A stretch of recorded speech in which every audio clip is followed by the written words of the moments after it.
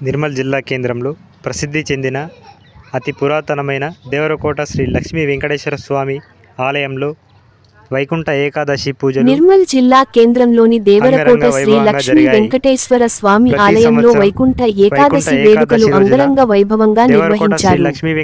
భక్తులు వేకువజామున నుండి వైకుంఠ ఏకాదశి ఉత్తర ద్వార దర్శనం కోసం క్యూలైన్లో వేచి ఉన్నారు.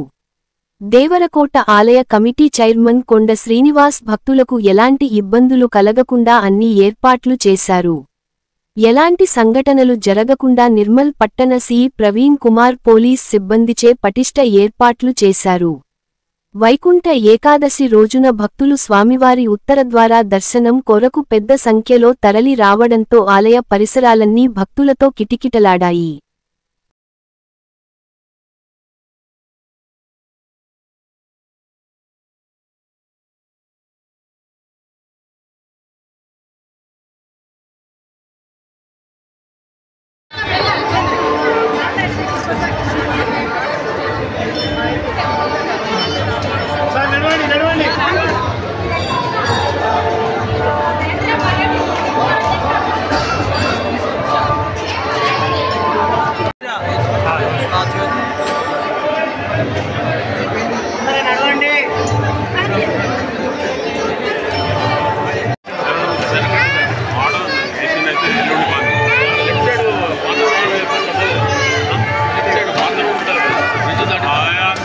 full protection.